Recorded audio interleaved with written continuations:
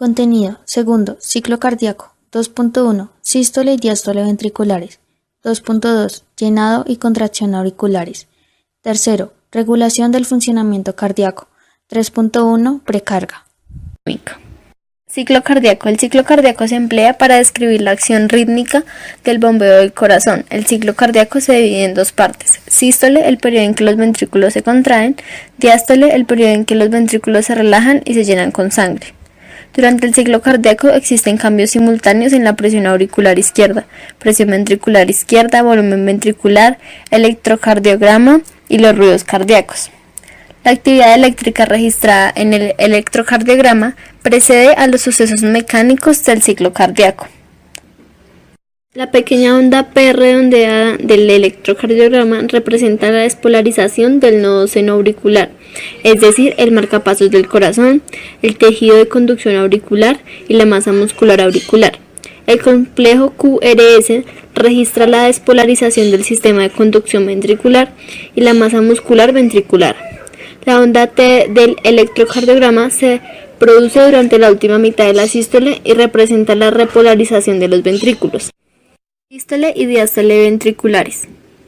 La sístole ventricular se divide en dos periodos, el periodo de contracción isovolumétrica y el de eyección. El periodo de contracción isovolumétrica, que comienza con el cierre de las válvulas auriculoventriculares y con la presencia del primer ruido cardíaco, anuncian el inicio de la sístole. Justo después del cierre de las válvulas auriculoventriculares hay un intervalo adicional de 0,02 segundos a 0,03 segundos en el que las válvulas semilunares de salida permanecen cerradas.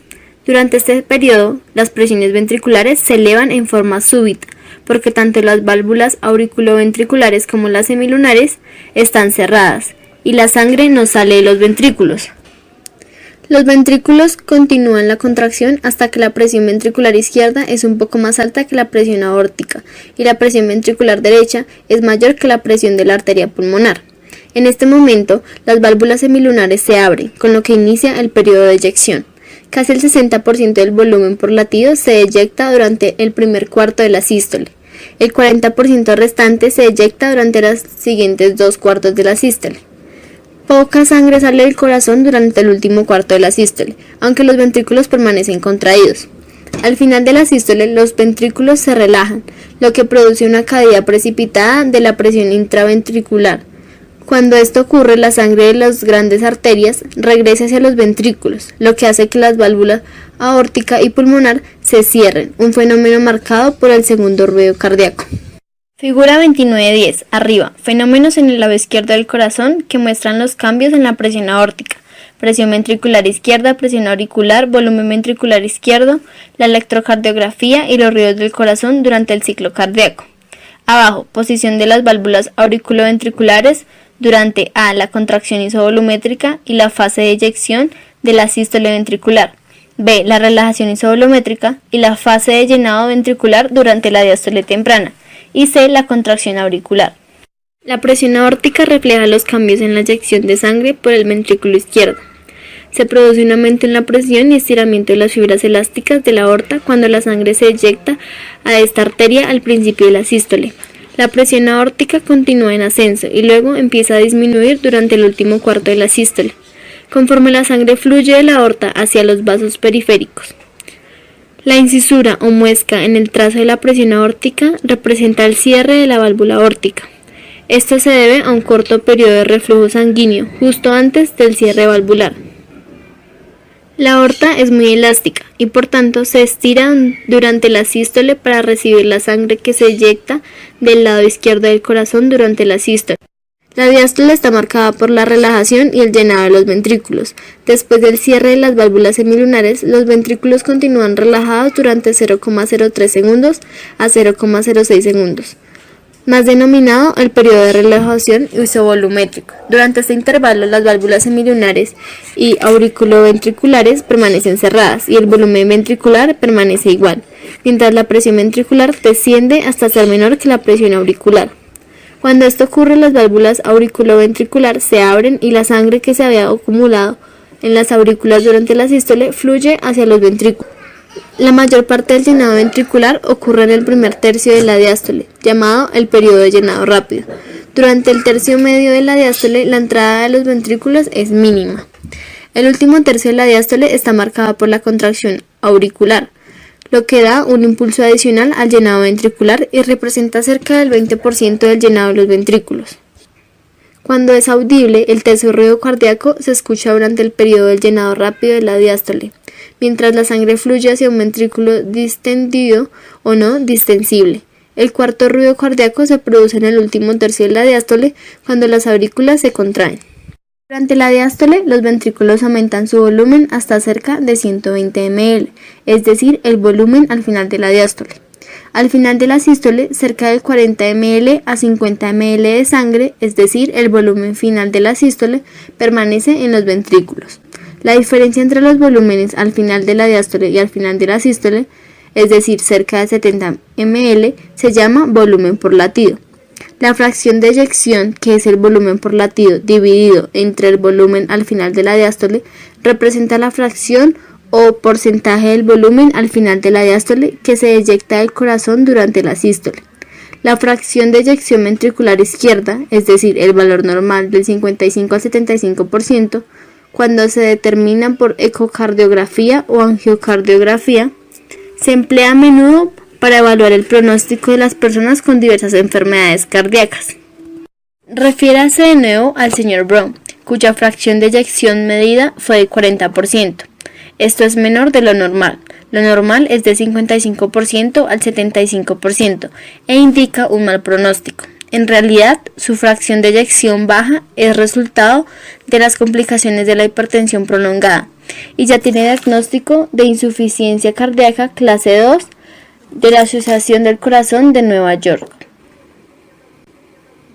Llenado y contracción auriculares. Existen tres tipos de presión auricular principales durante el ciclo cardíaco, las ondas A, C y V. La onda A se produce durante la última parte de la diástole y se produce por la contracción auricular. La onda C ocurre cuando los ventrículos empiezan a contraerse y su presión elevada hace que las válvulas auriculoventriculares se abulten hacia las aurículas. La onda V ocurre hacia el final de la sístole, cuando las válvulas auriculoventriculares todavía están cerradas. Se produce por la acumulación lenta de sangre en las aurículas. Las ondas de presión auricular derecha se transmiten a las venas yugulares internas como pulsaciones. Estas pulsaciones pueden valorarse en forma visual y emplearse para evaluar la función cardíaca.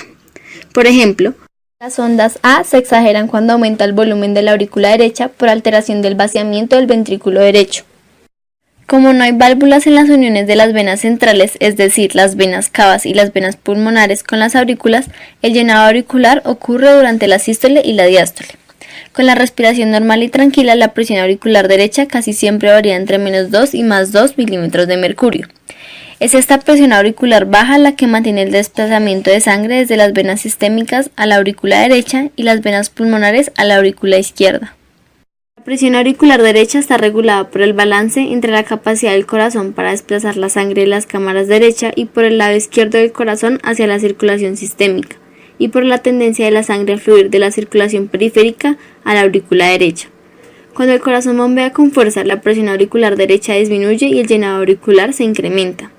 La presión auricular derecha también se modifica por los cambios en la presión intratorácica. Disminuye durante la expiración, cuando la presión intratorácica se vuelve más negativa, y aumenta durante la tos o expiración forzada cuando la presión intratorácica se hace más positiva. El entorno venoso es un reflujo de la cantidad de sangre en la circulación sistémica que está disponible para el retorno al corazón derecho y de la fuerza que impulsa la sangre de nuevo al lado derecho del corazón.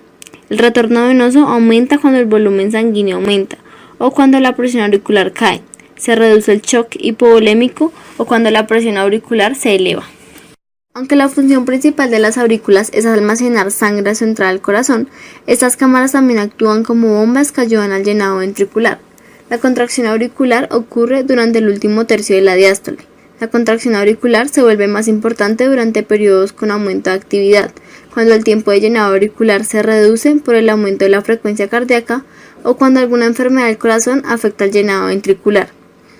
En estas dos situaciones, el gasto cardíaco disminuiría en forma drástica si no fuera por la acción de las aurículas.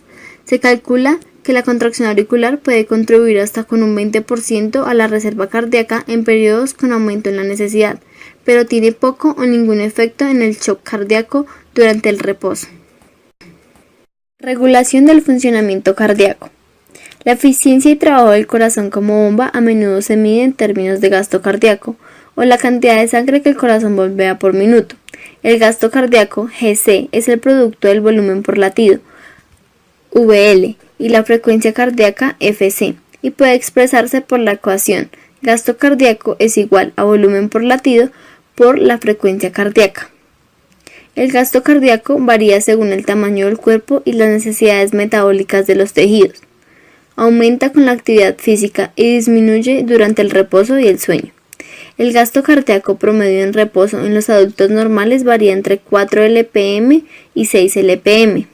En el atleta de élite que realiza un ejercicio extremo, quizás sea necesario que el corazón bombee de 4 a 6 veces esa cantidad. La reserva cardíaca se refiere al porcentaje máximo de aumento en el gasto cardíaco que puede sobre el nivel normal de reposo. El adulto joven sano tiene una reserva cardíaca aproximada del 300% al 400%. El funcionamiento del corazón está influenciado por las demandas de trabajo y la capacidad de circulación coronaria para cubrir sus necesidades metabólicas. La capacidad del corazón para aumentar su gasto de acuerdo con las necesidades del cuerpo depende sobre todo de 4 factores: precarga o llenado ventricular, poscarga o resistencia a la eyección cardíaca de sangre, contractibilidad cardíaca y frecuencia cardíaca. La frecuencia y la contractibilidad cardíaca son factores cardíacos estrictos, lo que significa que se originan en el corazón, aunque están controlados por varios mecanismos neurales y humorales. Por otra parte, la precarga y la poscarga dependen mutuamente de la actividad del corazón y la vasculatura.